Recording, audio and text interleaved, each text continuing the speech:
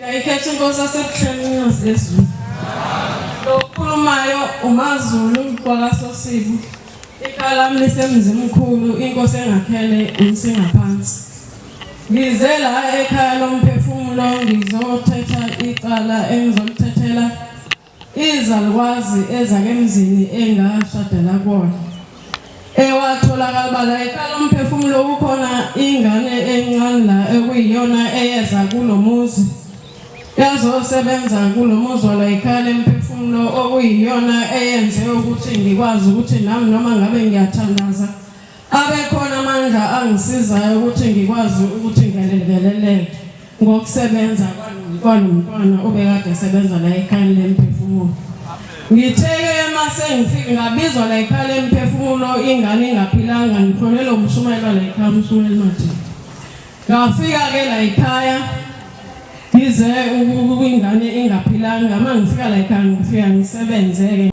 Ngizothathela ke izalukwazi lapha engane khona eke kwatholakala amasenga ekhaya ukuthi ziyafika zizokhuluma ziyasho ukuthi bezikade zidlisa.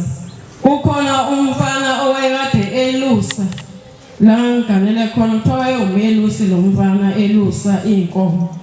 Kwathi lo mfana babe sebethatha isinqumo sokuthi bambulala.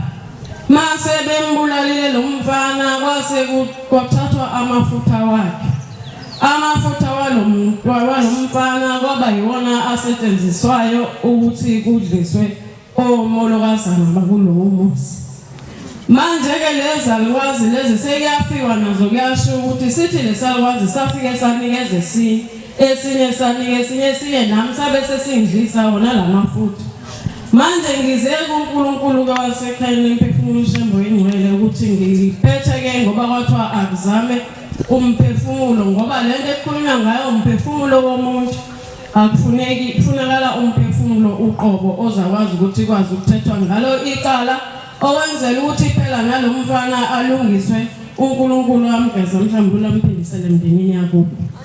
Namhlanje ke ngiphethe leyo mpahla yokuzothethela lezo zalukwazi lo maqala bese ngicela uShembo uNkulunkulu unyazi lezulu ukuthi ke namangigeze mhlawumbe ngiphiphe kwami.